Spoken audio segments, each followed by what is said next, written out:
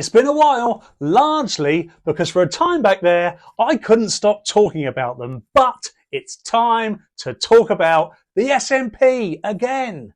I'm no fan. That's well and truly established, but this shower have gone from worse to absolute disaster quicker than Holly Willoughby has distanced herself from Phillip Schofield. The SNP faces huge losses at the next general election as a new poll shows it's on course to lose 21 seats. 21! That's how many times a night Nippy wakes up from a fever dream about motorhomes and hidden treasure.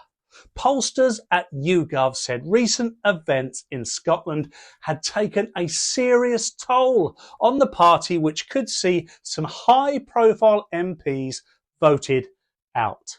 Among them are SNP Deputy Leader in Westminster, Mhairi Black, former leadership contender Alison Thewlis and long-serving MP Angus MacNeil. The poll was carried out after Humza Yousaf became SNP leader and after the home of former First Minister Nicola Sturgeon, rest in peace, was searched as part of an investigation into party finances.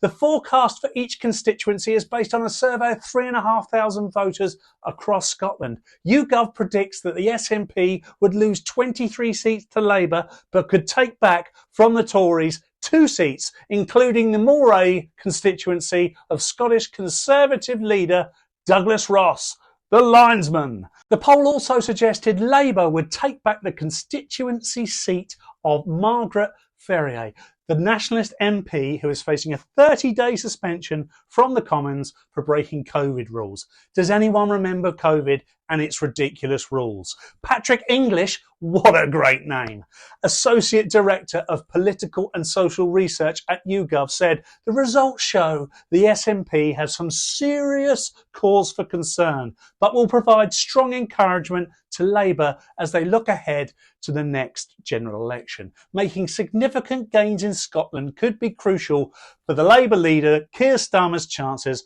of heading into number 10 with a parliamentary majority next year. And these figures suggest his party is now making strong progress north of the border.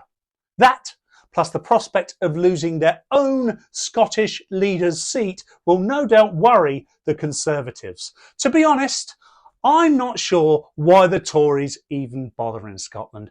There is more chance of King Charles playing for Celtic than there is of the Tories winning a majority. According to research, the SNP would fall from 48 seats to 27, Labour would surge from 1 seat in Scotland to 24, while the Tories would drop from 6 seats to 4, and the Liberal Democrats would retain their 4 seats. YouGov said its findings suggest that recent bad news stories for the SNP, including accusations of party mismanagement and potential criminal cases being brought against senior officials, have taken a serious toll.